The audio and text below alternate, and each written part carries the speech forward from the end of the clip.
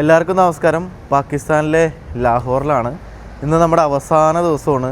ഇന്ന് പാകിസ്ഥാനിൽ നിന്നും നമ്മൾ നേരെ ഇന്ത്യയിലോട്ട് ബോർഡർ ക്രോസ് ചെയ്ത് ഇങ്ങോട്ട് എങ്ങനെയാണ് വന്നത് അതുപോലെ തന്നെ പോകാൻ വേണ്ടി പോവുകയാണ്. അപ്പോൾ അത്തരം സംഭവങ്ങളുടെ കാഴ്ചകളൊക്കെയാണ് ഇന്ന് കാണാൻ വേണ്ടി പോകുന്നത്. എൻ്റെ മോൻ എന്താവുമെന്ന് അറിയത്തില്ല, ബോർഡറിനെ ക്രോസ് ചെയ്ത് അങ്ങോട്ട് ചെല്ലുമ്പോൾ. അപ്പോൾ നമ്മൾ താമസിച്ച ഹോട്ടലായിരുന്നു ഇത്, ലാഹോറിലുള്ളതാണ്. ലാഹോർ സിറ്റി തന്നെ ആണ് ഈ ഒരു ഹോട്ടലുള്ളത്. ഈ ഒരു യാത്ര എന്ന് പറഞ്ഞാൽ നിങ്ങൾ കണ്ടു കഴിഞ്ഞ എപ്പിസോഡുകൾ മൊത്തം. ഇതൊരു ഗ്രൂപ്പ് ട്രിപ്പിൻ്റെ ഒപ്പമാണ് നമ്മൾ ഇങ്ങോട്ട് കയറിയത്. റിലീജിയസ് കൾച്ചറൽ ഹെറിറ്റേജ് ടൂറായിരുന്നു. ഒരുപാട് പ്രായമുള്ള ആൾക്കാരൊക്കെ ഉണ്ട്. അപ്പോൾ ഇവരുടെ എല്ലാം കൂടെയാണ് നമ്മൾ വിസക്ക് കൊടുത്തത്. ചിലപ്പോൾ അതുകൊണ്ടായിരിക്കും തന്നത്. പിന്നെ നമ്മുടെ പ്രൊഫഷൻ എന്താണെന്ന് ചോദിച്ചപ്പോൾ ഓൾറെഡി പറഞ്ഞ എന്താണെന്ന് വെച്ചാൽ വ്ളോഗർ തന്നെയാണ്, ട്രാവൽ വ്ളോഗർ തന്നെയാണ്. പിന്നെ നമ്മുടെ പാസ്പോർട്ടൊക്കെ കാണുമ്പോൾ അവർക്കറിയാലോ. എനിക്കറിയത്തില്ല എന്താണ് വിസ തരാൻ കാര്യമൊന്നും, പക്ഷേ ഈ ഒരു രീതിക്ക് വന്നുകൊണ്ടാണ് കിട്ടിയത് എന്നാണ് എനിക്ക് തോന്നുന്നത്. പെർമിഷൻ എല്ലായിടത്തും കിട്ടത്തില്ല. ഇപ്പോൾ ഇവിടെ തന്നെ ഞാൻ പറഞ്ഞില്ലേ, ഗ്രൂപ്പിൻ്റെ ഒപ്പം മാത്രമേ ട്രാവൽ ചെയ്യാൻ പറ്റുള്ളൂ. ഇന്നലെ നമുക്ക് സെപ്പറേറ്റ് പോകാനായിട്ട് വേറെ പെർമിറ്റ് എടുക്കാൻ വേണ്ടിയിട്ട് നമ്മൾ ഇവിടുത്തെ പഞ്ചാബിൻ്റെ സെക്രട്ടേറിയറ്റ്, ഇത് പഞ്ചാബാണ്, പാകിസ്ഥാൻ പഞ്ചാബ്. അപ്പോൾ ഇവിടുത്തെ സെക്രട്ടേറിയറ്റിൽ പോയി നമ്മൾ അകത്ത് പോയി അവിടെ പോയിട്ട് നമ്മുടെ പാസ്പോർട്ടൊക്കെ കൊടുത്തിട്ട് പെർമിഷൻ സെപ്പറേറ്റ് എടുത്തിട്ടാണ് നമ്മൾ ഈ ആ മാർക്കറ്റ് ഏരിയയിലോട്ടൊക്കെ പോയത്. അങ്ങനെ കുറച്ച് പ്രശ്നമുണ്ട്. അങ്ങോട്ടും ഇങ്ങോട്ടും പോകുമ്പോൾ പെർമിറ്റ്. ഇപ്പോൾ സമയം എത്ര മണിയാണെന്ന് അറിയാമോ? 10 മണിയായി. രാവിലെ 10 മണി. 8:30 റെഡി ആയിട്ടിരിക്കുന്നതാണ്. എല്ലാ ദിവസവും ഇങ്ങനത്തെ പരിപാടിയാണ്. ഒരു സിറ്റിയിൽ നിന്ന് വേറെ സിറ്റിയിലോട്ട് പോകാനായിട്ട് നമുക്ക് ഇതുപോലെ പെർമിഷനും വേണം, നമ്മുടെ പേപ്പറിൽ സീൽ ചെയ്യിപ്പിക്കണം, അങ്ങനെയൊക്കെയാണ്. അതായത് നമ്മളെവിടെ പോകുന്നു, എങ്ങോട്ട് പോകുന്നു എന്നൊക്കെ കൃത്യമായിട്ട് ഇവരെ അറിയിക്കണം. അതാണ് എൻ്റെ ഉദ്ദേശം എന്ന് തോന്നുന്നു. അങ്ങനെ കുറച്ച് ഫോർമാലിറ്റീസൊക്കെ ഉള്ളതുകൊണ്ടാണ് എനിക്ക് ട്രാവൽ ചെയ്യാനൊക്കെ കുറച്ച് ബുദ്ധിമുട്ട്. പിന്നെ വിസ കിട്ടുന്ന കാര്യമൊക്കെ തന്നെ കിട്ടിയത് തന്നെ വലിയ കാര്യം. ഓൾറെഡി ഫസ്റ്റ് എപ്പിസോഡിൽ വിസയുടെ കാര്യങ്ങൾ കാണിച്ചാണ്, അതിൻ്റെ കാര്യങ്ങളും പറഞ്ഞിരുന്നു. ഈ പാക്കേജൊക്കെ എങ്ങനെയാണ് നമ്മൾ വന്നത് അതിനെക്കുറിച്ചും പറഞ്ഞിട്ടുണ്ട്. ഫസ്റ്റ് എപ്പിസോഡ് കാണാത്തതുണ്ടെങ്കിൽ അത് കണ്ടുനോക്കുക. യെസ്, അപ്പോൾ അതേ ബാഗുകളൊക്കെ പാക്ക് ചെയ്തുകൊണ്ടിരിക്കുന്നു. ഇനിയിപ്പോൾ 10 മണിക്കേ ബോർഡർ ഓപ്പൺ ചെയ്യുള്ളൂ. 10 മണിയായി. ഇവിടെ നിന്ന് ഇനി എനിക്ക് തോന്നുന്നു 1 മണിക്കൂർ ഉണ്ടെന്ന് തോന്നുന്നു ബോർഡറിലോട്ട്. വാഗ അട്ടാരി ബോർഡർ. അങ്ങനെ നമ്മുടെ പാകിസ്ഥാൻ യാത്ര ഇന്ന് അവസാനിക്കുകയാണ് സുഹൃത്തുക്കളെ. പിന്നെ തിരിച്ചു കയറുമ്പോൾ എന്തൊക്കെ ഉണ്ടാവുമെന്ന് അറിയത്തില്ല കേട്ടോ. തിരിച്ചു കയറുകയെന്ന് വെച്ചാൽ ഇന്ത്യയിലോട്ട് കയറുമ്പോൾ പൊതുവെ ഞാൻ കേട്ടിട്ടുള്ളത് ഭയങ്കരമായിട്ട് ചോദ്യം ചെയ്യലൊക്കെ ഉണ്ടാവും. ഇവിടെ എവിടെയൊക്കെ പോയി, എന്തൊക്കെ കണ്ടു, ആരെയൊക്കെ കണ്ടു, അങ്ങനെയുള്ള പല കാര്യങ്ങളൊക്കെ ചിലപ്പോൾ ചോദിക്കുമായിരിക്കും. നോക്കാം. നമ്മൾ വേറെ പ്രത്യേകിച്ചൊന്നും ചെയ്തിട്ടില്ല. ഒരു നാട്ടിൽ വന്നു, സ്ഥലം കണ്ടു, തിരിച്ചു പോകുന്നു. That's all. അത്രേ ഉള്ളൂ. ഇവിടുത്തെ പൊളിറ്റിക്സിനെ കുറിച്ചോ രണ്ട് രാജ്യങ്ങളുടെ തമ്മിലുള്ള പ്രശ്നങ്ങളെ കുറിച്ചൊന്നും ഞാൻ ഡിസ്കസ് ചെയ്യാറില്ല പൊതുവെ. ചൈനയിൽ പോയപ്പോഴും ഇങ്ങനെ തന്നെയായിരുന്നു. നമ്മൾ സ്ഥലം കാണാൻ വന്നാൽ വന്നിട്ട് പോകത്രേ ഉള്ളൂ. പൊതുവെ അങ്ങനെയാണ് ചെയ്യണത്. അപ്പോൾ ബാഗ് ഞാൻ കൊണ്ട് അകത്ത് വെക്കട്ടെ, എന്നിട്ട് പെർമിഷനായിട്ട് ആൾ വന്നാലേ പോകാൻ പറ്റുള്ളൂ. യെസ്, അപ്പോൾ അഭിനവ് ആയിരുന്നു എൻ്റെ റൂംമേറ്റ്. അഭിനവിന് ഒരുപക്ഷെ നിങ്ങൾക്ക് അറിയാമായിരിക്കും, എൻ്റെ മധ്യപ്രദേശ് സീരീസ് കണ്ടിട്ടുണ്ടെങ്കിൽ അവിടെയും താജ് ഹോട്ടലിൽ ഞങ്ങൾ ഒന്നിച്ചായിരുന്നു താമസിച്ചത്. ഇവിടെയും ഞങ്ങൾ ഒന്നിച്ചായിരുന്നു താമസിച്ചത്. അഭിനവാണ് ആക്ച്വലി എനിക്ക് ഈ ഒരു ട്രിപ്പ് ഉണ്ട് എന്ന് പറഞ്ഞിട്ടൊരു ഇൻഫർമേഷൻ തന്നത്. പിന്നെ ഞങ്ങൾ രണ്ടും കൂടി ബുക്ക് ചെയ്തു, അങ്ങ് പോകുന്നു. Shalini is a very nice person. I don't know what he said. He's a very nice person, one of my best friends. I enjoyed travel with him and he's always my roommate. Yes. So I want to travel again with him. Yeah. He's a very nice guy. Only he never interferes in your work. He loves travel and he's a solo player. He doesn't depend on anybody. Yes. He loves his work. He's very good. Okay. Bag കൊണ്ട് എത്തിച്ചിട്ടുണ്ട്. ഞാൻ പെട്ടി ബാഗുകളൊക്കെ കുറേ പേര് മുകളിൽ വെച്ചിട്ടുണ്ട്. അവർ മൂടും, മഴയുണ്ട്. ഞാനങ്ങനെ ചെയ്യുന്നില്ല. ഞാൻ വണ്ടിയുടെ പുറകിൽ സ്ഥലമുണ്ട്, അവിടെ വെക്കാമെന്ന് വിചാരിച്ചു. Hello, good morning. അപ്പോൾ പാകിസ്ഥാനിൽ വന്നിട്ട് ഇവിടുത്തെ നോട്ടുകൾ മൊത്തം കാണിക്കണ്ടേ? നമ്മൾ ഫസ്റ്റ് ഡേ പാകിസ്ഥാനിലോട്ട് എൻ്റർ ചെയ്ത സമയത്ത് നമ്മൾ കുറച്ച് നോട്ട് കാണിച്ചിരുന്നു. പക്ഷെ ആ സമയത്ത് എൻ്റെ കയ്യിൽ എല്ലാം ഇല്ലായിരുന്നു. അത് വെല്ലോൻ്റെ പൈസയായിരുന്നു. ജസ്റ്റ് എടുത്ത് കാണിച്ചെന്ന് മാത്രമേ ഉള്ളൂ. ഇപ്പോൾ എൻ്റെ കയ്യിലുള്ള എല്ലാ നോട്ടും കാണിച്ചു തരാം. ഇത് മൊത്തം ഉണ്ട് കേട്ടോ. കോയിൻസും ഉണ്ട്, കോയിൻസും കാണിച്ചു തരാം. ഈ നോട്ടുകളെല്ലാം കൂടി ഇങ്ങനെ വെച്ച് കഴിഞ്ഞാൽ ഇതേ ഇങ്ങനെ ഒരു ഡിസൈൻ കിട്ടും. അതുകൊണ്ടാ അടിപൊളിയല്ലേ? കറക്റ്റ് ആ സൈസിലാണ് നോട്ട് ഇരിക്കുന്നത്. അപ്പോൾ ഇതൊക്കെ എന്താണെന്നൊക്കെ കാണിച്ചു തരാം. ഇവരുടെ എല്ലാ നോട്ടിലും മുഹമ്മദ് അലി ജിന്നയുടെ പടമാണ് കൊടുത്തേക്കണം. ഇത് 10ൻ്റെ നോട്ടാണ്. കണ്ടോ, 10 എന്ന് പറഞ്ഞാൽ നമ്മുടെ നാട്ടിലെ 3 രൂപ. കണ്ടോ, 3 രൂപയാണ്. പുറകിലൊരു പടം കൊടുത്തിട്ടുണ്ട്. അത് ഖൈബർ പാസ് പെഷവാർ, അവിടുത്തെ ഒരു ബിൽഡിങ്ങാണെന്ന് തോന്നുന്നു. കണ്ടോ, നാട്ടിൽ 3 രൂപ 10 എന്ന് പറഞ്ഞാൽ. പിന്നെ എനിക്ക് ഏറ്റവും ഇഷ്ടപ്പെട്ട നോട്ടെന്ന് പറഞ്ഞാൽ ഇതാണ്. ഇത് 20ൻ്റെയാണ്. കണ്ടോ, 20ൻ്റെ നോട്ട്, നല്ല കളർഫുൾ നോട്ട്. ഈ നോട്ടുകളിൽ ഏറ്റവും ഇഷ്ടപ്പെട്ട എനിക്ക് ഇതാണ്. ഇതെന്ന് പറഞ്ഞാൽ നമ്മുടെ നാട്ടിലെ 6 രൂപയാണ്. പുറകിലുള്ള പടം എന്ന് പറഞ്ഞാൽ പുറകിലൊരു പടം. Yes, hello, okay, thank you. പുറകിൽ കാണിച്ചാണ് പടം മൊഹൻജദാരോ ലാർക്കണ, മൊഹൻജദാരോ പുറകിൽ.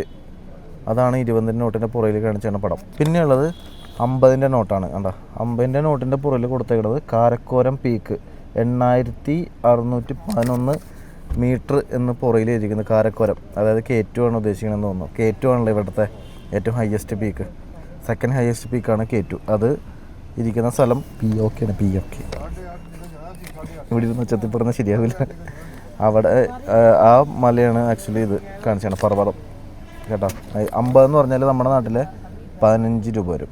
ഇത് 100-ൻ്റെ നോട്ടാണ്. എല്ലാം കളർഫുള്ളാണ്. 100-ൻ്റെ നോട്ട്. 100 എന്ന് പറഞ്ഞാൽ നമ്മുടെ നാട്ടിലെ 30 രൂപ കേട്ടോ. 30 രൂപയുടെ നോട്ടാണ്. അതിൻ്റെ പുറയിൽ കൊടുത്തേക്കണ പടം കോഡ് ഈ അസം റെസിഡൻസി എന്ന് കൊടുത്തിട്ടുണ്ട്. അതാണ് എൻ്റെ പുറയിൽ കൊടുത്തേക്കണ പടം 100-ൻ്റെ നോട്ടിൻ്റെ. പിന്നെ ഉള്ളത് 500-ൻ്റെ നോട്ടാണ്. യെസ് കേട്ടോ, നല്ല രസമുള്ള നോട്ട് തന്നെയാണ്. നമ്മുടെ നാട്ടിലെ പോലെയൊക്കെ തന്നെയുണ്ട് 500-ൻ്റെ നോട്ട്.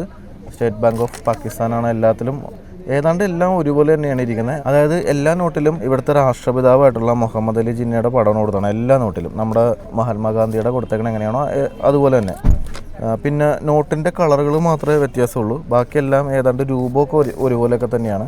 പിന്നെ പുറയിലെ പടം മാറുന്നുണ്ട്. അതാണ് നോട്ടുകളിലെ ഒരു പ്രത്യേകത. ഇതിൻ്റെ പുറകിൽ കൊടുത്തേക്കണ പടം എന്ന് പറഞ്ഞാൽ ബാദ്ഷാഹി മോസ്ക്. അയ്യോ ആ മോസ്ക്, ഈ മോസ്കായിരുന്നു ഈ 500-ൻ്റെ നോട്ടിൽ കൊടുത്തേക്കണം.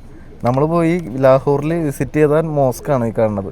കണ്ടോ, ഇത് ഇത്ര ഇമ്പോർട്ടൻറ്റ് മോസ്കാണെന്ന് എനിക്ക് അറിയത്തില്ലായിരുന്നു കേട്ടോ. നമ്മൾ ഹവേലി എന്ന് പറയുന്ന റെസ്റ്റോറൻറ്റിൽ പോയിട്ട് റൂഫ് ടോപ്പിൽ ഇരുന്നിട്ട് ഫുഡ് കഴിച്ചില്ലേ, അപ്പോൾ നേരെ ഓപ്പോസിറ്റ് കാണുന്ന ആ ഒരു മോസ്കാണ് ഈ 500-ൻ്റെ നോട്ടിൽ പുറകിൽ കൊടുത്തേക്കട. ഇനിയുള്ളത് 1000-ൻ്റെ നോട്ടാണ്. ഇതാണ് 1000-ൻ്റെ നോട്ട്. 1000 എന്ന് പറഞ്ഞാൽ ഇവിടെ നമ്മുടെ 312 രൂപ. 500 എന്ന് പറഞ്ഞാൽ ഏതാണ്ട് 150 രൂപ കേട്ടോ. 150 രൂപ നമ്മുടെ നാട്ടിൽ ഏതാണ്ട് ഒരു 150 രൂപയാണ് 500-ൻ്റെ നോട്ട്. 1000 എന്ന് പറഞ്ഞാൽ 312 രൂപ, 300 രൂപ ആ ഒരു ഇത് വരും. ഇതാണ് ആ ഒരു നോട്ട്. നീല കളറാണ്. ഇതിൻ്റെ പുറകിൽ കൊടുത്തേക്കണ പടം കണ്ട. ഈ പടം എന്ന് പറഞ്ഞാൽ ഇസ്ലാമിയ കോളേജ് പെഷവാർ. അതാണ് ഈ പുറയിൽ കൊടുത്തേക്കുന്ന പടം. ഇനിയാണ് ഇവിടുത്തെ ഏറ്റവും വലിയ നോട്ട്. അത് 5000 ആണ്. 5000-ൻ്റെ നോട്ട്. ഈ നോട്ടിൻ്റെ പുറയിൽ കൊടുത്തിരിക്കുന്ന മോസ്ക് നമ്മൾ വിസിറ്റ് ചെയ്തതാണ്. അത് ഞാൻ ജസ്റ്റ് കാണുമ്പോൾ തന്നെ നോക്കാണ്ട് പറയാൻ പറ്റും. Faisal mosque. Yes, Faisal mosque Islamabad. അതാണ് ഈ പുറയിൽ കൊടുത്തേക്കുന്ന പടം. നമ്മളത് വിസിറ്റ് ചെയ്തതാണ്. അപ്പോൾ ഏറ്റവും വലിയ നോട്ടാണ് പാകിസ്ഥാനിലെ 5000. 5000 എന്ന് പറഞ്ഞാൽ ഏതാണ്ട് നമ്മുടെ നാട്ടിലൊരു 1500 രൂപ വരെ വരുമെന്ന് തോന്നുന്നു. നോക്കട്ടെ, 1562 രൂപ ഇപ്പോഴത്തെ റേറ്റ് അനുസരിച്ച്. 1500 രൂപ ഏതാണ്ട് 5000-ൻ്റെ നോട്ട്. യെസ്, അപ്പോൾ ഇതാണ് കറൻസി നോട്ടുകൾ. വേറൊരു നോട്ടും കൂടി ഉണ്ട്, 75-ൻ്റെ നോട്ട്.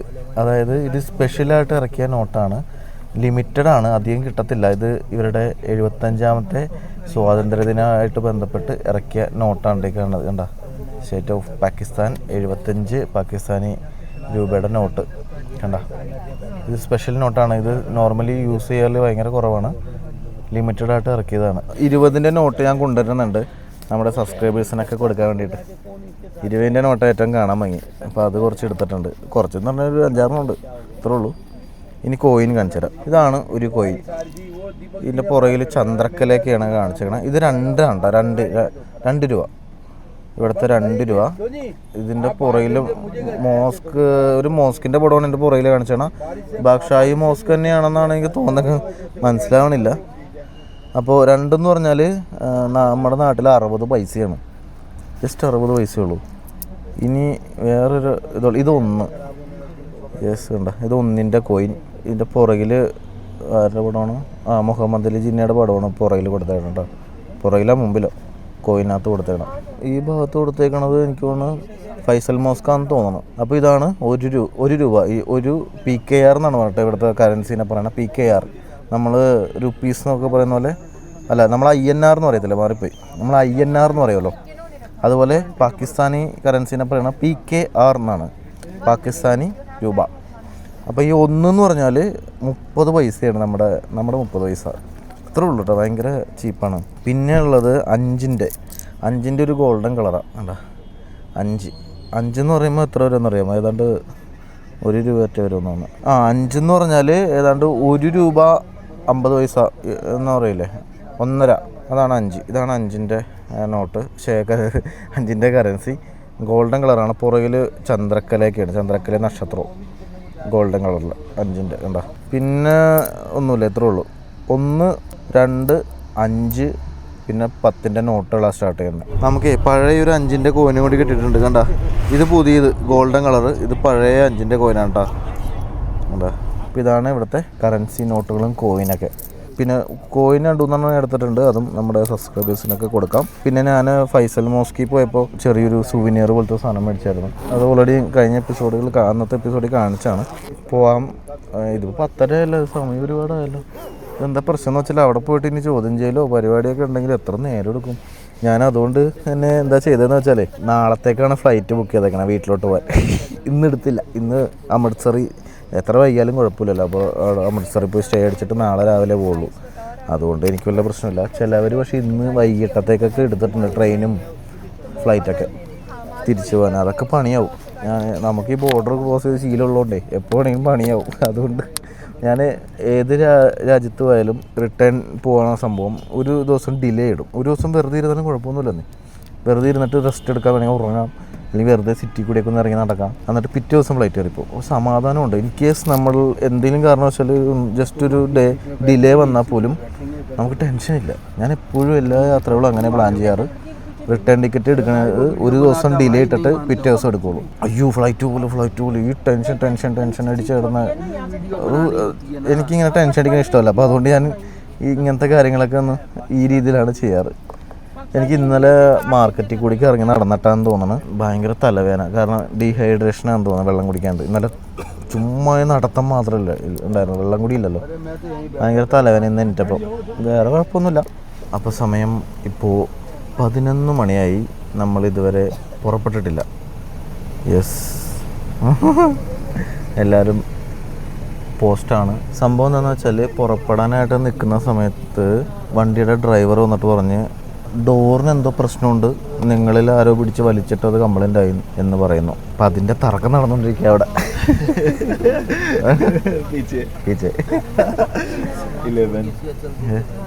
11 മണിയായി. ഇവർ മറ്റേ ഉടായ്പാണോ അല്ലെങ്കിൽ ശരിക്കും കംപ്ലൈൻ്റ് ആയതാണോ എന്നറിയാൻ പാടില്ല. ഇവിടെ പറയാൻ പറ്റില്ല.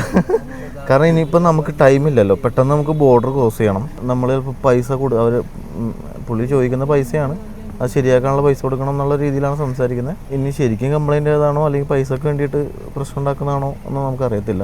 ഈ ഒരു ലാസ്റ്റ് ഡേ നമ്മൾ ബോർഡർ ക്രോസ് ചെയ്യാൻ ഇനി എനിക്ക് തോന്നുന്നു 2 മണി വരെ എന്തോ പറ്റുള്ളൂ, അത് തന്നെ ക്ലോസ് ചെയ്യും. അപ്പോൾ നമ്മൾ പെട്ടെന്ന് പൈസ കൊടുത്തിട്ട് പോകാനല്ലേ നോക്കുള്ളൂ. പിന്നെ അതിൻ്റെ സംഭവമാണോ എന്ന് അറിയത്തില്ല. എന്തായാലും നമ്മളിവിടെ വെയിറ്റ് ചെയ്യാണ്. നൗ 11 മണി. നോക്കാം, അവിടെ ഡിസ്കഷനും ചർച്ചകളൊക്കെ നടക്കുന്നുണ്ട്. No idea. Maybe tomorrow. First, now we have to go to. Your flight tomorrow. Yeah. That. Now we have to go to CCP office for exit. അതായത് നമ്മൾ ഇവിടുന്ന് ഹോട്ടലിൽ നിന്ന് ഫസ്റ്റ് പോകേണ്ടത് CCP ഓഫീസിലോട്ടാണ്. അതായത് നമ്മൾ അന്ന് not CCP office. Same office. Yeah, that's it. Okay. നമ്മൾ ഇങ്ങോട്ട് വന്നപ്പോൾ എൻ്റർ ചെയ്തില്ലേ CCP ഓഫീസ്. നമ്മൾ DSPയുടെ അടുത്ത് പോയിട്ട് നമ്മൾ മറ്റേ സിഗ്നേച്ചറും തമ്പ് മെഷീനൊക്കെ എടുത്ത് എക്സിറ്റ്. ഇനി നമ്മൾ എക്സിറ്റ് ചെയ്യാൻ വേണ്ടിയിട്ട് വീണ്ടും അവിടെ പോകണം. എൻ്റെ 2 hours. Then we will go to border. Then immigration will take some time. Then Indian immigration will take time. We don't know we will arrive or not. ആകെ സീനാണ്. ഇനി ഇമിഗ്രേഷനിലൊക്കെ എത്ര സമയം എടുക്കും? ഇതൊരു experience. This is experience, travel experience. അപ്പോൾ നമുക്കിനി എന്ത് സംഭവിക്കുമെന്ന് എന്താ പറയുക, മറ്റേ നിമിഷമില്ലേ, എന്നൊരു പേര് മറന്നല്ല, ഉദ്യോഗ നിമിഷം, പേര് പറഞ്ഞത് ഏതേ. യെസ്, എന്ത് സംഭവിക്കും നമുക്ക് നോക്കാം. യെസ്, ഏതാണ്ട് ഒരു തീരുമാനമായിട്ടുണ്ട്. പൈസ കൊടുക്കണ്ടോ എന്നൊന്നും അറിയത്തില്ല. അവർ ചോദിക്കുന്നത് 10,000 പാകിസ്ഥാനി രൂപയാണ്. ഏതാണ്ട് നമ്മുടെ നാട്ടിലൊരു 3,000 രൂപ ആ ഒരു റേഞ്ച് വരും. അറിയത്തില്ല എന്തായാലും തീരുമാനമൊന്നും അറിയത്തില്ല. 3,000 രൂപ കൊടുത്തങ്ങ് ഒഴിവാക്കി കൂടെയല്ലേ, വെറുതെ സമയം കളഞ്ഞിട്ട്. ഇപ്പോൾ സമയം 11:30 കഴിഞ്ഞു. അങ്ങനെ നമ്മൾ പുറപ്പെട്ടു. യെസ്, സ്ഥലം ഇവിടുന്ന് ഇറങ്ങിയിട്ടുണ്ട്. ഇനി എങ്ങോട്ടാണ് പോകണമെന്ന് അറിയത്തില്ല. അങ്ങനെ നമ്മൾ പാകിസ്ഥാനോട് ഇന്ന് വിട പറയുകയാണ്. വിട പറയാറായിട്ടില്ല, കുറച്ചും കൂടി കഴിയട്ടെ, ഇമിഗ്രേഷനൊക്കെ ഒന്ന് കഴിയട്ടെ എന്നിട്ട് പറയാം. എന്നാലും അവസാന കാഴ്ചകളാണ്. ഈ പാകിസ്ഥാനിൽ വന്നിട്ട് പ്രത്യേകിച്ച് ലാഹോറിൽ 2 കാര്യങ്ങൾ കാണണം എന്ന് വിചാരിച്ചിട്ട്, എനിക്ക് പേഴ്സണലി കാണണം എന്ന് വിചാരിച്ചിട്ട് അത് കാണാൻ സാധിച്ചില്ല. അതിലൊന്ന് സെൻറ്റ് ആൻ്റണീസ് കത്തീഡ്രലാണ്. ഇവിടെ വലിയക്കാട്ടൊരു പള്ളിയുണ്ട്, കത്തീഡ്രലാണ്. അത് ഇന്നലെ നമ്മൾ മാർക്കറ്റിൽ കൂടി നടക്കുന്ന സമയത്ത് ദൂരെ നിന്ന് കണ്ടിരുന്നു. ഞാൻ ജസ്റ്റ് ഒന്ന് കാണിച്ചിരുന്നു. പക്ഷെ എൻ്റെ അടുത്തേക്ക് പോകാനുള്ള ടൈമും കിട്ടിയില്ല, കാരണം ഭയങ്കര മഴയായിരുന്നു ഇന്നലെ. അപ്പോൾ അതുകൊണ്ട് അത് മിസ്സായിപ്പോയി. 2 ഇവിടുത്തെ ലാഹോർ സെൻട്രൽ ജയിലിൻ്റെ പ്രത്യേകത എന്ന് പറഞ്ഞാൽ പഴയ ഇന്ത്യയുടെ ഹിസ്റ്ററിയൊക്കെയുള്ള സ്ഥലമാണ്. പ്രത്യേകിച്ച് നമ്മുടെ ഭഗത് സിംഗിനെ തൂക്കിക്കൊന്നത് ഈ ലാഹോർ സെൻട്രൽ ജയിൽ വെച്ചിട്ടാണ്. അപ്പോൾ അതേപോലെയുള്ള കുറേ ഹിസ്റ്ററിയുള്ള സ്ഥലമാണ്. അപ്പോൾ അതൊന്ന് കാണണമെന്നുണ്ടായിരുന്നു, അത് മിസ്സായി. പിന്നെ ഈ ഒരു ക്രിസ്ത്യൻ കത്തീഡ്രൽ, പാകിസ്ഥാനിൽ ഇത്രയും വലിയ പള്ളിയൊക്കെ ഉണ്ടെന്ന് നമ്മൾ ചിന്തിക്കില്ലല്ലോ. അപ്പോൾ അത്തരം കാഴ്ചകളും കൂടി ഉണ്ടായിരുന്നു. കുറച്ച് ദിവസം കൂടി നിന്നേച്ചെങ്കിൽ നമുക്ക് വേണമെങ്കിലും നരിച്ച് പറക്കായിരുന്നു ഒന്നും കൂടി. 12:15 സമയം നമ്മൾ CCP ഓഫീസിലെത്തിയിരിക്കുകയാണ്. അതായത് ക്യാപിറ്റൽ സിറ്റി പോലീസ് ഹെഡ്ക്വാർട്ടേഴ്സാണ്. നമ്മൾ കഴിഞ്ഞ എപ്പിസോഡിൽ, ലാഹോറിൽ വന്ന എപ്പിസോഡിൽ നിങ്ങൾ കണ്ടതായിരിക്കും. ആ ബിൽഡിങ്ങാണ് ഈ കാണുന്നത്.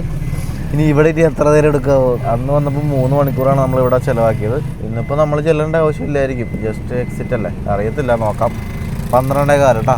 ഇന്ന് പോവോ? എനിക്ക് തോന്നണേ നമ്മൾ വീണ്ടും അങ്ങോട്ടേക്ക് പോകണം എന്ന് തോന്നുന്നു. എല്ലാവരോടും അങ്ങനെ ചെല്ലാനോ എന്തോ പറഞ്ഞിട്ടുണ്ട്. ഇറങ്ങുന്നുണ്ട്, എന്താണെന്ന് നോക്കട്ടെ. സമയം കുറേ പോയി, ഇപ്പോൾ 12:30 ഇവിടെ ഒരു ഗേറ്റ് ഞാൻ കണ്ടേ. ഇത് 1933 ഗേറ്റാണെന്ന് തോന്നുന്നു. ഇതുണ്ടോ? ഇത്രയും പഴയ ഗേറ്റാ. ഇപ്പോൾ സമയം 1 മണി കഴിഞ്ഞു. നമ്മൾ അതിൻ്റെ ഉള്ളിൽ പോയി നമ്മുടെ പാസ്പോർട്ടൊക്കെ എൻട്രി ചെയ്തിട്ടാണ് അതിൻ്റെ ഉള്ളിലോട്ട് കയറുന്നത്. അതിനുശേഷം നേരെ പോയിട്ട് കഴിഞ്ഞ ദിവസം എടുത്ത അത്രയും സമയം എടുത്തില്ല. നമ്മൾ ഇവിടെ വന്ന സമയത്ത് തമ്പ് ഇംപ്രഷനും അതുപോലെ സൈനൊക്കെ ചെയ്ത് കൊടുത്തല്ലോ, അതിൻ്റെ ഭാഗത്ത് തന്നെയാണ് എക്സിറ്റ് അടിക്കണത്. ഓൾറെഡി വെച്ച സീലിൻ്റെ സൈഡിൽ നമ്മൾ എക്സിറ്റിൻ്റെ തമ്പും കൂടി വെച്ച് കൊടുക്കും. ഇതുണ്ട് പാടൊക്കെ ഉണ്ട്. അത്രേ ഉള്ളൂ പ്രൊസീജിയർ. അത് കഴിഞ്ഞ് ഇവിടെ വാഷ്റൂമൊക്കെ ഉള്ളതുകൊണ്ട് സുഖമാണ്. ജസ്റ്റ് വാഷ്റൂമും മറ്റേ വെള്ളമൊക്കെ കുടിക്കാം, എല്ലാ സൗകര്യമുണ്ട്. നല്ല രീതിയിലാണ് അവർ പെരുമാറുന്നത്. നല്ല അടിപൊളി സെറ്റപ്പൊക്കെയാണ്. അങ്ങനെ വലിയ പ്രശ്നമുള്ള കാര്യമൊന്നുമില്ല. പക്ഷേ ഇത് ഇവിടുത്തെ ഒരു ഫോർമാലിറ്റിയാണ്, പെർമിഷൻ വേണം. അപ്പോൾ എക്സിറ്റ് നമ്മൾ ചെയ്തു. ഇനി നേരെ ബോർഡറിലേക്ക് ആയിരിക്കണം. അറിയത്തില്ല, 1 മണി ആയ സ്ഥിതിക്ക് ഇനി ചോറൊന്നും കിട്ടത്തില്ലല്ലേ. കയ്യിൽ കേട്ട ഒരു ആപ്പിൾ ഓറഞ്ചിരിപ്പുണ്ട്, എന്തെങ്കിലും തിന്നാം. ഇതാണ് ഇതിൻ്റെ സീലും സംഭവമൊക്കെ കണ്ടോ. ഇതിനകത്ത് എഴുതിയിരിക്കുന്നത് capital city police officer, foreigners registration officer. അതാണ് സംഭവം. ഇൻചാർജ് ഒപ്പിട്ടിട്ടുണ്ട്. നമ്മൾ വന്ന സമയത്ത് ഉള്ള പേപ്പർ തന്നെയുണ്ട് അവിടെ തന്നെ. ഇത് തിരിച്ചു തന്നു. ഇത് എനിക്ക് വേണമെങ്കിൽ ഇമിഗ്രേഷനിൽ കാണിക്കണമായിരിക്കും. ആ ഇമിഗ്രേഷനിൽ കാണിക്കണ ഈ സാധനമൊക്കെ കൃത്യമായിട്ട് പെർമിറ്റ് എടുത്ത് പോയില്ലെങ്കിൽ തിരിച്ചു പോകാൻ പണി കിട്ടും. പിന്നെ അറൈവൽ, ഡിപ്പാർച്ചർ, അതിൻ്റെ പോലീസുകാരുടെ സൈനും സീലും ഒക്കെ ഉണ്ട്. ക്യാപിറ്റൽ സിറ്റി പോലീസ് ലാഹോറിൻ്റെ ഒരു സീലും ഉണ്ട്. ഇതാണ് പേപ്പർ. ബാക്കി പിന്നെ മുകളിൽ എൻ്റെ ഡീറ്റെയിൽസ് അതാ കാണിക്കാത്ത. ഈ കാണുന്ന ബിൽഡിംഗ് ഉണ്ടോ, നമ്മുടെ തിരുവനന്തപുരത്തെ സെക്രട്ടേറിയറ്റ് പോലെയുണ്ട്. ഇത് national school of public policy എന്ന് പറയുന്നൊരു സ്ഥലമാണ്. ബിൽഡിങ് സ്കൂളാണെന്ന് തോന്നുന്നു. ഇന്നലെ നമ്മൾ സെക്രട്ടേറിയറ്റിൽ പോയി, പഞ്ചാബിൻ്റെ സെക്രട്ടേറിയറ്റ്. പഞ്ചാബ് എന്ന് പറയുന്നത് ഒരു ഇവിടുത്തെ ഒരു സംസ്ഥാനമാണ്. അപ്പോൾ അതിൻ്റെ CM ആണ് മറിയം നവാസ് ഷെരീഫ്. നമ്മുടെ ഇതിനു മുമ്പത്തെ പാകിസ്ഥാൻ്റെ പ്രധാനമന്ത്രിയായിട്ടുള്ള നവാസ് ഷെരീഫില്ലേ, അദ്ദേഹത്തിൻ്റെ മകളാണ് മറിയം നവാസ് ഷെരീഫ്. അപ്പോൾ ആ മറിയം നവാസ് ഷെരീഫാണ് ഈ പഞ്ചാബിൻ്റെ CM, ചീഫ് മിനിസ്റ്റർ. അപ്പോൾ ആ ലേഡി ഇനീഷ്യേറ്റീവ് എടുത്തിട്ട് കൊണ്ടുവന്നതാണ് ഈ ഇലക്ട്രിക് ബസ്. അതൊക്കെ അതിൻ്റെ പുറകിൽ തന്നെ എഴുതിയിട്ടുണ്ട്, കണ്ടോ. അതേ വരുന്നു. ഈ ഇലക്ട്രിക് ബസ് ലോഫോറാണ്.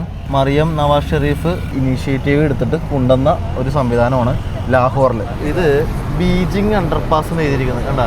ചൈന സപ്പോർട്ട് ചെയ്യുന്നതായിരിക്കും ചിലപ്പോൾ. Beijing underpass.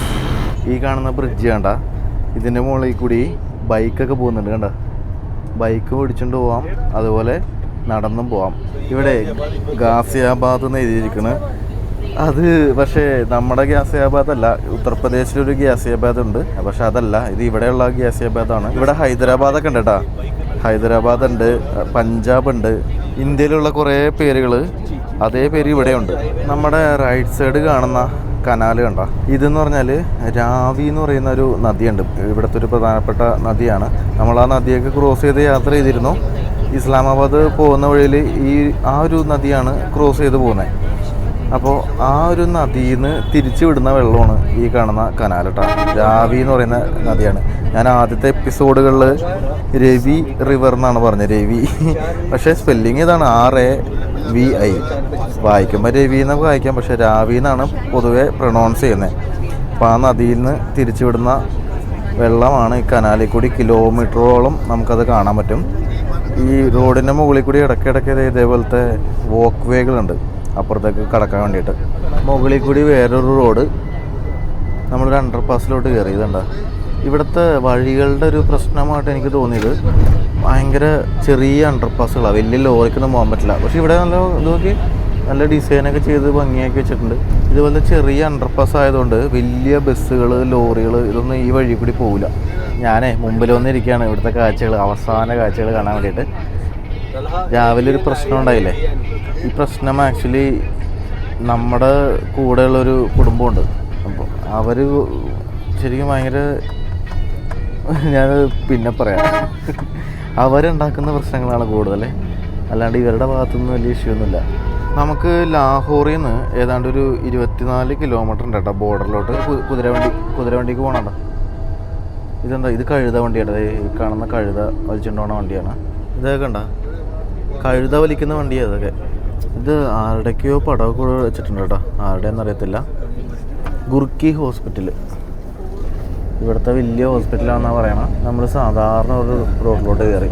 ലാഹോറിൽ നിന്ന് നമ്മുടെ വണ്ടി ചെറിയ വഴികളിലൂടെയൊക്കെ ഓടി ഇപ്പോൾ പ്രധാന വഴിയിലോട്ട് എത്തിയിരിക്കുകയാണ്. ഇത് ഏതാണെന്നറിയാമോ? ഇതാണ് ഗ്രാൻഡ് ട്രങ്ക് റോഡ്. അതായത് ഈ കാണുന്ന വഴി നേരെ അങ്ങ് പോയി കഴിഞ്ഞാൽ ലാഹോറിലെ മെയിൻ സിറ്റി എത്തും. അതിനുശേഷം വീണ്ടും കുറേ കിലോമീറ്റർ പോയി കഴിഞ്ഞാൽ ഇസ്ലാമാബാദും, അതിനുശേഷം പിന്നെ അതിർത്തി കിടന്ന് അഫ്ഗാനിസ്ഥാൻ, കാബൂൾ, അങ്ങനെ പോകട്ടെ ഈ റോഡ്. ഇവിടുന്ന് നമ്മളിങ്ങനെ വളക്കുകയാണ്. വളക്കുമ്പോൾ നമ്മൾ നേരെ നമ്മുടെ ഇന്ത്യയുടെ അതിർത്തി, അതിനുശേഷം അമൃത്സർ, പിന്നെ ചണ്ഡീഗഡ്, ഡൽഹി, കൊൽക്കത്ത, പിന്നെ ബംഗ്ലാദേശ്, അങ്ങനെ പോകുന്നൊരു വലിയ റോഡാണ് ഈ ഗ്രാൻഡ് ട്രങ്ക് റോഡ് എന്ന് പറയുന്നത്. ഇതിപ്പോൾ നമ്മളിപ്പോൾ എത്തിയിരിക്കുന്നത് ഒരു ചെറിയൊരു ടൗൺ ഏരിയയാണ്. ഇതാണ് ഏറ്റവും അവസാനത്തെ ഒരു ടൗൺ എന്ന് വേണമെങ്കിൽ പറയാം പാകിസ്ഥാനിലെ. ഇനി അങ്ങോട്ട് ഇന്ത്യയാണ്. കുറച്ചും കൂടി മുന്നോട്ട് പോകുമ്പോൾ വാഗ എന്ന് പറയുന്നൊരു ചെറിയ ഗ്രാമമുണ്ട്. അതുകൊണ്ടാണ് ഇതിനെ വാഗ അതിർത്തി എന്നൊക്കെ പറയുന്നത്. ആ ഗ്രാമം നമുക്ക് ശരിക്കും കാണാൻ പറ്റില്ല. അത് ഈ റോട്ടിൽ നിന്ന് കുറച്ച് ഉള്ളിലോട്ട് മാറിയിട്ടാണ് ആ ഒരു വാഗ ഗ്രാമം ഉള്ളത്. അപ്പോൾ ഇതാണ് ശരിക്കും ഏറ്റവും അവസാനത്തെ ഒരു ടൗൺ എന്ന് പറയുന്നത്. പ്രധാനപ്പെട്ട ഒരു ടൗൺ എന്നൊക്കെ പറയില്ല, അങ്ങനത്തെ ഒരു ടൗണാണ്. നല്ല തിരക്കൊക്കെ ഉണ്ട്. ഇതിന്റെ പേര് ഡൈൽ നിന്നാണ് കേട്ടോ. ഡൈൽ എന്ന് പറയുന്ന ഒരു ചെറിയ ടൗണാണ്. അപ്പോൾ ഈ ഒരു വഴി എന്ന് പറഞ്ഞാൽ ഏഷ്യയിലെ ഏറ്റവും പഴക്കമേറിയതും അതുപോലെ ഏറ്റവും നീളം കൂടിയ റോഡുകളിൽ ഒന്നാണ്. ഏതാണ്ട് 2500 വർഷത്തെ ചരിത്രം പറയാനുണ്ട് ഈ ഒരു റോഡിന്. ഇത് ഈ മ്യാൻമാറിന്റെ അതിർത്തിയോട് ചേർന്ന് ബംഗ്ലാദേശിലെ ടെക്നാഫ് എന്ന് പറയുന്ന സ്ഥലമുണ്ട്. അവിടെ നിന്ന് ആരംഭിച്ച് പിന്നെ ബംഗ്ലാദേശിലെ തന്നെ ചിറ്റഗോങ്, ധാക്ക, പിന്നെ ഇന്ത്യയിലോട്ട് കിടന്ന് കൊൽക്കത്ത, കാൺപൂർ, ആഗ്ര, ഡൽഹി, അമൃത്സർ, പിന്നെ പാകിസ്ഥാനിൽ കയറി ലാഹോർ, അതിനുശേഷം രാവൽപിണ്ടി, പെഷവാർ, പിന്നെ അഫ്ഗാനിസ്ഥാനിലെ കാബൂൾ വരെ കിടക്കുന്ന 3655 കിലോമീറ്റർ നീളമുള്ള വഴിയാണ് ഈ കാണുന്നത് ഗ്രാൻഡ് ട്രങ്ക് റോഡ്. ഇത് ശരിക്കും BC 3-ാം നൂറ്റാണ്ട് മുതൽ ഈ ഒരു റോഡ് അതിന്റെ ചരിത്രങ്ങളുണ്ട്. പല കാലഘട്ടത്തിൽ പല ആളുകളും പല രാജവംശങ്ങളും പല ഭരണാധികാരികൾക്ക് നിർമ്മിച്ചതാണ് ഈ ഒരു റോഡ്. ബ്രിട്ടീഷ് കാലഘട്ടത്തിൽ 1860-കളിൽ വരെ ഈ ഒരു റോഡിന്റെ നിർമ്മാണങ്ങൾ നടന്നിട്ടുണ്ട്. ഇനിയിപ്പോ ഈ ഒരു റോഡ് നേരെ ചെല്ലുന്നത് ഇന്ത്യയുടെ അതിർത്തിയിലേക്കാണ്, അട്ടാരി വാഗ ബോർഡർ. ഈ റോഡ് ശരിക്കും ഒരു സ്ട്രെയിറ്റ് റോഡാണ്. ലാഹോർ മുതൽ ഇന്ത്യൻ അതിർത്തി വരെ ഒരു സ്ട്രെയിറ്റ് റോഡാണ്. ബോർഡർ എത്തിയപ്പോൾ ഒരു ചെക്കിങ് ഉണ്ടായിരുന്നു. വേറെ ഒന്നുമില്ല, ജസ്റ്റ് ഇവിടെ വന്നിട്ട് ഭയങ്കര തമാശ രീതിയിലാണ് അവർ സംസാരിച്ചത്. കയ്യിൽ തോക്കൊന്നുമില്ലല്ലോ എന്നൊക്കെ ചോദിച്ച്. അങ്ങനെ വലിയ പ്രശ്നമൊന്നും ഉണ്ടായിരുന്നില്ല. ബോർഡർ എത്തുന്നേ ഉള്ളൂ. അതിന് മുമ്പ് ചെക്ക് പോസ്റ്റാണ് ഇപ്പോൾ ഉള്ളത്. അപ്പോൾ തൊട്ടപ്പുറത്ത് തന്നെ വേറൊരു ചെക്ക് പോസ്റ്റ് ഉണ്ട്. അപ്പോൾ അവിടെ വന്നപ്പോൾ നമ്മുടെ ലഗേജ് എല്ലാം ചെക്ക് ചെയ്യണം, സ്കാൻ ചെയ്യണം എന്നാണ് പറഞ്ഞത്. നമ്മൾ നോർമലി ബോർഡർ ക്രോസ് ചെയ്യുമ്പോൾ ഇത്തരം പരിപാടികളൊക്കെ ഉള്ളതാണല്ലോ. അപ്പോൾ അതിന് വേണ്ടിയിട്ട് നിർത്തിയേക്കാണ്. ഇനി എല്ലാ ബാഗും ഇറക്കണമെന്ന് അറിയത്തില്ല, നമുക്ക് നോക്കാം. സ്കാനിങ് ഒന്നുമില്ല, നമ്മുടെ ഓരോ ബാഗും എടുത്തിട്ട് തുറന്ന് നോക്കുകയാണ്. സിബ് തുറന്നിട്ട് ഉള്ളിലൊക്കെ നോക്കുന്നുണ്ട്.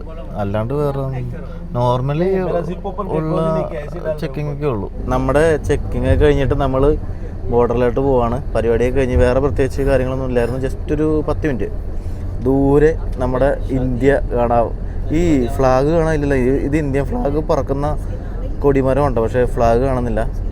കണ്ട അപ്പുറത്ത് നമ്മുടെ ഇന്ത്യയുടെ ബിൽഡിങ് കാണാം. അങ്ങനെ നമ്മൾ ബോർഡറിലോട്ട് എത്തുകയാണ് സുഹൃത്തുക്കളെ. ഓ കണ്ട അങ്ങനെ നമ്മൾ ബോർഡറിലെത്തി. അവിടെ ചെക്കിംഗ് ഉണ്ടായിരുന്നല്ലോ, അപ്പോൾ വണ്ടി ഇങ്ങോട്ട് സൈഡിലോട്ട് മാറ്റിയിടാൻ പറഞ്ഞിട്ടുണ്ട്. ഇപ്പോൾ സമയം ഇത് ഇന്ത്യൻ ടൈമായി. ഇപ്പോൾ പാകിസ്ഥാൻ ടൈമായിരുന്നു ഇത്ര നേരം പറഞ്ഞുകൊണ്ടെന്ന് വെച്ചാൽ. പാകിസ്ഥാൻ ടൈം 2:15 ഇപ്പോൾ എത്തി. ഇന്ത്യൻ സമയം ഇപ്പോൾ 2:45. യെസ്. അപ്പോൾ നമ്മുടെ വണ്ടി വന്നപ്പോൾ തന്നെ ഇവിടെ പോർട്ടർമാരൊക്കെ ഇങ്ങനെ വണ്ടികളൊക്കെ ആയിട്ട് വന്നിട്ടുണ്ട് കണ്ടോ, നമ്മുടെ ലഗേജ് എടുക്കാൻ വേണ്ടിയിട്ടാണ്. അപ്പോൾ ഇനി എന്താ ഫോർമാലിറ്റീസ് ഉണ്ടോയെന്ന് അറിയത്തില്ല. ഇമിഗ്രേഷനിൽ എന്തായാലും ഉണ്ട്, ഇവിടെ എന്താ നിർത്തിയിട്ടൊക്കെ അറിയത്തില്ല. വണ്ടിയിൽ ഇരിക്കാൻ പറഞ്ഞു, നമ്മൾ വെയിറ്റ് ചെയ്യാണ്. ഇനി വേറൊരു കാര്യം പറയാം, നമ്മൾ നേരത്തെ വണ്ടിയുടെ ഡോറ് എന്തോ പ്രശ്നമാക്കിയെന്ന് പറയില്ലേ, അത് ഇവിടെ ഒരു പ്രായമുള്ളൊരു പുള്ളിയുണ്ട്, ഇത്തിരി കിളിപോയ ടീമാണ്. ഒരു ഫാമിലി മൊത്തം ഭയങ്കര ഇറിറ്റേഷനാണ്. അതായത് ഇപ്പം ഞാനിപ്പോൾ ഇവിടെ വന്ന് ഇതിങ്ങനെ ഈ ജനല തുറന്നിട്ട് ഇങ്ങനെ വീഡിയോ ഒക്കെ എടുക്കില്ലേ, ജനലടക്കി ഞാൻ പറഞ്ഞു എനിക്ക് ദേഷ്യം മറ്റുള്ളായിരുന്നു. അപ്പോൾ നമ്മൾ വന്ന വഴിയാണ് കാണുന്നത് പാകിസ്ഥാനിൽ നിന്നും നമ്മളിവിടെ പറഞ്ഞിനി നമ്മുടെ സ്വന്തം രാജ്യത്തേക്ക് പോവുകയാണ് സുഹൃത്തുക്കളെ. യെസ്, അങ്ങനെ നമ്മൾ ബസ്സിൽ നിന്ന് ഇറങ്ങുകയാണ് സുഹൃത്തുക്കളെ. തല last time bye bye, see you later ഇൻഷാല്ലാ. അപ്പോൾ നമ്മുടെ ബാഗുകളൊക്കെ ഇറക്കുകയാണ് വണ്ടിയുടെ മുകളിൽ നിന്ന്. പോട്ടർമാർ വരും, അവർ ഇതുപോലെ തള്ളിക്കൊണ്ട് അങ്ങോട്ട് കൊണ്ടുപോയി തരും കേട്ടോ. അതിന് പൈസ കൊടുക്കണം. ഞാൻ എൻ്റെ ബാഗ് എൻ്റെ തോളെ തന്നെ എടുത്തു. ഇവിടെ പാകിസ്ഥാൻ കഫേ എന്നൊക്കെ പറഞ്ഞിട്ട് കഫേയൊക്കെ ഉണ്ട്, പിന്നെ ചായ കുടിക്കാം, അങ്ങനെയുള്ള സെറ്റപ്പൊക്കെ ഉണ്ട്. ആ കാണുന്നതാണ് ഇന്ത്യ. അങ്ങനെ നമ്മൾ ഇന്ത്യയിലോട്ട് തിരിച്ചു കയറിയാണ് സുഹൃത്തുക്കളെ. കത്രീന കൈഫ് ഇത് കണ്ട, കത്രീന കൈഫിൻ്റെ പടമൊക്കെ വെച്ചേക്കുന്നത്. കത്രീന കൈഫ്. അപ്പോൾ പാകിസ്ഥാനിൽ ഇത്രയും ദിവസം നമ്മളെ പല സ്ഥലങ്ങളോട്ടും ഈ ഒരു വണ്ടി ഓടിച്ച് നമ്മളെ കാണിച്ചു തന്ന ചേട്ടൻ ഇതാണ്. ഞങ്ങൾ ഇപ്പോൾ ചേട്ടനോടും വിട പറയാനാണ്. What's your name? Mohammed Jameel Lahore. Okay, see you. कैसा लगा आपको? अच्छा लगा. लोग अच्छे थे, मजा आया. इंशाल्लाह फिर से आए. ഓക്കെ जी, ബൈ ബൈ. ഓക്കെ, നമ്മളിപ്പോൾ വണ്ടിയിൽ നിന്ന് ഇറങ്ങി നടക്കുകയാണ് ഇനി ബോർഡറിലോട്ട്. അപ്പോൾ ഈ പുറകെ കാണുന്ന ഭാഗത്ത് നമ്മുടെ പാസ്പോർട്ട് ഒന്ന് ജസ്റ്റ് ഒന്ന് ചെക്ക് ചെയ്തു. എന്നിട്ട് പുള്ളി പാസ്പോർട്ട് തുറന്ന് നോക്കിയിട്ട് എൻ്റെ അർജൻറ്റീന വിസ നോക്കി, എന്നിട്ട് തിരിച്ചു വന്നു. എനിക്കറിയത്തില്ല എന്താ. ഇത് ഒരു മോസ്ക് ആണെന്ന് തോന്നുന്നു. യെസ്. അപ്പോൾ ഇതിനകത്ത് ഇന്ത്യയുടെ ഫ്ലാഗ് ഉണ്ടായിരുന്നു, അത് മടങ്ങി കിടക്കുകയാണ്. ഇത് കണ്ട, ഇന്ത്യയുടെ ഫ്ലാഗ് ഇതിനകത്തുണ്ട്, മടങ്ങി കിടക്കുന്നതുകൊണ്ട് ഞാൻ വിചാരിച്ചാൽ അത് ഫ്ലാഗ് ഇല്ലയെന്ന്. ഇവിടെ പഴയ ട്രെയിനാണെന്ന് തോന്നുന്നു. മ്യൂസിയമെല്ലാം ഉണ്ടാക്കാനുള്ള പരിപാടിയാണോ? ഇത് കണ്ട, പഴയ ട്രെയിനിൻ്റെ ഭാഗങ്ങളൊക്കെ ഇവിടെ വെച്ചിട്ടുണ്ട്. നമ്മളെ ഇങ്ങോട്ട് വന്നത് ആ കാണുന്ന വഴി കൂടി, അതിൽ കൂടി തന്നെ ആയിരിക്കും മിക്കവാറും പോകേണ്ടത്. പക്ഷേ ഇമിഗ്രേഷൻ കഴിയണമല്ലോ, അത് ഈ ഇടത് ഭാഗത്താണ്. ഞാൻ വരുന്ന സമയത്ത് ഇത് പണിതുകൊണ്ടിരിക്കുകയാണ്. ഈ പാകിസ്ഥാൻ്റെ സൈഡിലുള്ള ബോർഡറിൻ്റെ ഭാഗങ്ങളും ആൾക്കാർക്ക് ഇരിക്കാനുള്ള ആ ഒരു സൗകര്യമൊക്കെ ഇല്ലേ, ഇവിടെ ഒരു പരിപാടി നടക്കുമല്ലോ എല്ലാ ദിവസവും. അപ്പോൾ അതിൻ്റെ കാര്യങ്ങളൊക്കെ പാകിസ്ഥാൻ്റെ സൈഡിൽ പണിതുകൊണ്ടിരിക്കുകയാണ്. ഞാൻ വരുമ്പോൾ ഇവിടെ ഒരു വലിയ പാകിസ്ഥാൻ്റെ ഒരു ഫ്ലാഗും കൂടി വരും, അതും പണിയുന്നുണ്ട്. അതാണ് ഈ കാണുന്ന ഇവിടെ ഒരു ഇത് കണ്ട, അടിത്തറ ഉണ്ടാക്കുന്നേ ഉള്ളൂ. യെസ്. അപ്പോൾ ഇതാണ് ഇമിഗ്രേഷൻ ഓഫീസ്. ഞാൻ ഇപ്പോൾ ക്യാമറ ഇനി അങ്ങോട്ട് ഉപയോഗിക്കാൻ പറ്റുമെന്ന് തോന്നുന്നുള്ള എടുത്ത് വെക്കാണ്. അങ്ങനെ ഇമിഗ്രേഷൻ ഭയങ്കര സ്മൂത്തായിരുന്നു, ഒരു സീനില്ലായിരുന്നു. എക്സിറ്റ് സീൽ അടിച്ചു പാകിസ്ഥാനിലെ. ഇനി നമ്മൾ ഇന്ത്യയിലോട്ട് പോവാണ്. അതാണ് ഇന്ത്യ. റൈറ്റ് സൈഡ് വഴി പോകാം നമുക്ക്. ഗേറ്റിൻ്റെ അവിടെയും ചെറുതായിട്ടൊന്ന് ചെക്കിങ് ഉണ്ടായിരുന്നു. ഇവിടുത്തെ പാക്ക് റേഞ്ചേഴ്സില്ലേ, അപ്പോൾ അതിലൊരു സൈനികൻ നിൽക്കുന്നുണ്ടായിരുന്നു. അപ്പോൾ പാസ്പോർട്ട് പിടിച്ചു, വിസയുടെ ഭാഗത്ത് നോക്കി എക്സിറ്റ് സ്റ്റാമ്പ് നോക്കിയിട്ട് നമ്മളിങ്ങോട്ട് കയറ്റി വിട്ടു. യെസ്. ഇനി നമുക്ക് കാണാൻ പോകുന്നത് നമ്മുടെ ബോർഡർ ക്രോസിംഗ് ആണ്. ഇത് കണ്ട, ഇന്ത്യയുടെ ഫ്ലാഗ് പറക്കുന്ന നോക്കി. നമ്മൾ വന്നപ്പോൾ പറക്കാൻ തുടങ്ങി. യെസ്. കണ്ട, ഇത്ര നേരം താഴെ കിടക്കായിരുന്നു. Hello hello. ഇവിടെ ഒരാൾ പറഞ്ഞ് എൻ്റെ വീഡിയോ എടുക്ക്, ഒരു സംഭവം കാണിച്ചു തരാമെന്നൊക്കെ പറയാനുണ്ട്. ഇതെന്താ ഹാഷിം, എന്തൊക്കെയോ പടമൊക്കെ കാണിക്കുന്നുണ്ട്. Water colour face paint. Okay. അതെന്താ സംഭവം എന്ന് വെച്ചാൽ മറ്റേ പ്രോഗ്രാം കാണാൻ വേണ്ടിയിട്ട് വരുമല്ലോ ഇവിടെ ബോർഡറിൽ. അപ്പോൾ ഇവിടെ നമുക്ക് ഇന്ത്യയുടെ ഭാഗത്തുനിന്ന് ഇവിടെ മറ്റേ പതാക പെയിൻറ്റ് ചെയ്ത് തരും, ആ സാധനം അത്. ഇത് കണ്ട, പാകിസ്ഥാൻ്റെ ഭാഗത്ത് ഇവർ പുതിയതായിട്ട് ബിൽഡിങ്സൊക്കെ പണിതുകൊണ്ടിരിക്കുകയാണ്. ഈ ഉന്തണ വണ്ടി ഇവർ ഈ ബോർഡറിൻ്റെ ഭാഗം വരെ എത്തിച്ചേരും കേട്ടോ, ഗേറ്റ് വരെ എത്തിച്ചേരും. ഇവിടെ വലിയ എന്തൊക്കെയോ ബിൽഡിങ് ഇവർ പണിതുകൊണ്ടിരിക്കുകയാണ് പാകിസ്ഥാൻ്റെ സൈഡ്. നേരെ അപ്പുറത്താണ് ഇന്ത്യൻ ഭാഗം. ഇത് കണ്ട, നമ്മുടെ ഇന്ത്യയുടെ ബിൽഡിംഗ് ആണ് ഇത്, പാകിസ്ഥാൻ്റെ ബിൽഡിങ്. അതിൻ്റെ ഇടയിൽ കൂടിയുള്ള വഴി കൂടിയാണ് നമ്മൾ നടക്കണേ. എയർപോർട്ടിലെ പോലെയൊക്കെ ഇവർ തള്ളിക്കൊണ്ട് തരും. ഇവിടെ പരിപാടി തുടങ്ങാൻ പോകാൻ തോന്നണേ. ഉച്ചയ്ക്ക് ശേഷം ബോർഡർ അടയ്ക്കും. അതിനു മുമ്പ് നമുക്ക് ബോർഡർ ക്രോസ് ചെയ്യണം.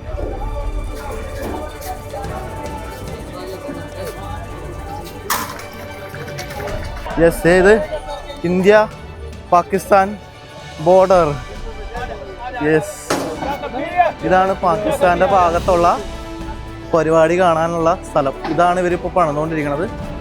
എന്താ എൻ്റെ പൊന്നു. അങ്ങനെ പാകിസ്ഥാനിൽ നിന്നും നമ്മൾ കടക്കുകയാണ് സുഹൃത്തുക്കളെ. യെസ്, അങ്ങനെ ബോർഡർ ക്രോസ് ചെയ്യാൻ പോവാണ്.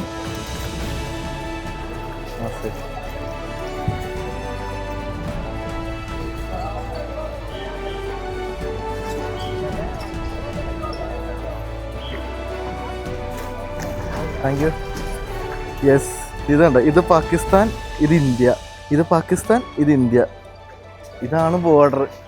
പക്ഷെ എൻ്റെ മോനെ ഇന്ത്യയിലോട്ട് കിടക്കുകയാണ് സുഹൃത്തുക്കളെ.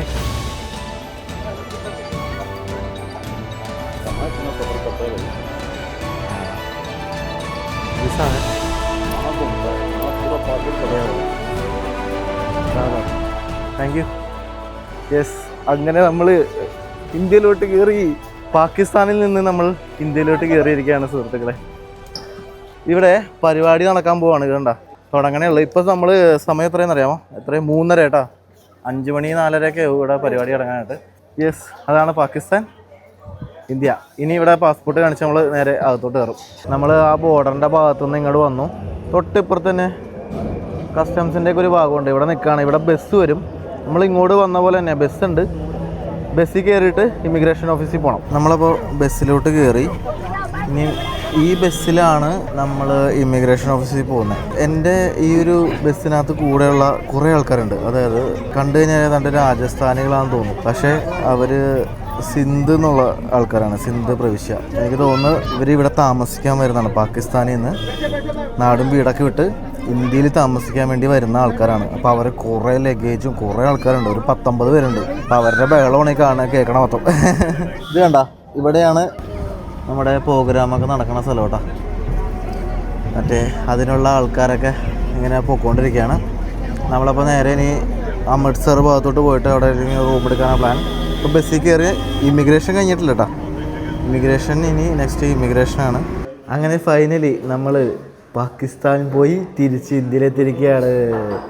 ഇമിഗ്രേഷനിൽ പ്രത്യേകിച്ച് ഒന്നും ചോദിച്ചില്ല. പാകിസ്ഥാനിൽ പിന്നെ ഒന്നുമില്ല, ജസ്റ്റ് സ്റ്റാമ്പ് ചെയ്യുക പോരുക, അത്രേ ഉള്ളൂ. അതിനുശേഷം നമ്മൾ നടന്നു വന്നിട്ട് നേരെ ബോർഡർ ക്രോസ് ചെയ്തു. ബോർഡർ ആ ഗേറ്റ് ഇല്ലേ, ആ ഗേറ്റ് ക്രോസ് ചെയ്ത അവിടെ തന്നെ ഒരു കൗണ്ടറുണ്ട്. അവിടെ ഈ BSFൻ്റെ ഒരാൾ ഇരിപ്പുണ്ട്. അപ്പോൾ നമ്മുടെ പാസ്പോർട്ടിൻ്റെ ഡീറ്റെയിൽസ് ഒക്കെ അവിടെ ചെയ്തെടുക്കും. അത് കഴിഞ്ഞിട്ടാണ് പിന്നെ നമ്മൾ ആ ബസ് കയറാൻ വേണ്ടി വരുന്നത്. ബസ്സിൽ കയറി ആ ബസ്സിൽ ഞാൻ അവിടെ വെച്ച് പറഞ്ഞ സീൻ എന്താണെന്ന് വെച്ചാൽ, സിന്ധ്, പാകിസ്ഥാനിലെ സിന്ധ് ഭാഗത്തുനിന്ന് വരുന്ന കുറേ ആൾക്കാരുണ്ട്, കുട്ടികളടക്കം. അവർ കുടുംബത്തോടെ ഇന്ത്യയിലോട്ട് താമസിക്കാൻ വരികയാണ്.